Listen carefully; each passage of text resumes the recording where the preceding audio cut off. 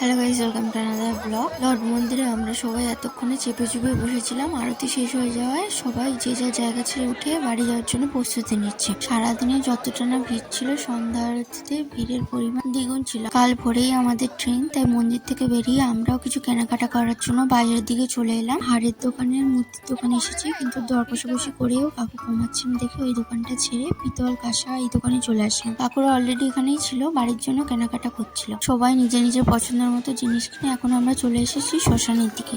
শ্মশানের পরিবেশ তো আগে কোনোদিন দেখিনি, তাই এসেই আমরা দেবযানের গায়ে কাটা দিচ্ছিল, তাই আমরা শ্মশান থেকে বেরিয়ে বাজারের দিকে চলে এলাম। প্রথমে চলে এলাম হাড়ের দোকানে। আর বারবার পছন্দ হচ্ছে, কিন্তু 10-15 টাকা কমাচ্ছে না বলে আমরাও নিচ্ছি না। যাই হোক, কাকুর উপরে তেজ দেখিয়ে নেবো না বলে আমরা চলে বাড়ি ফেরার পথে ড্যান্সিং রুটি দেখে নিলাম।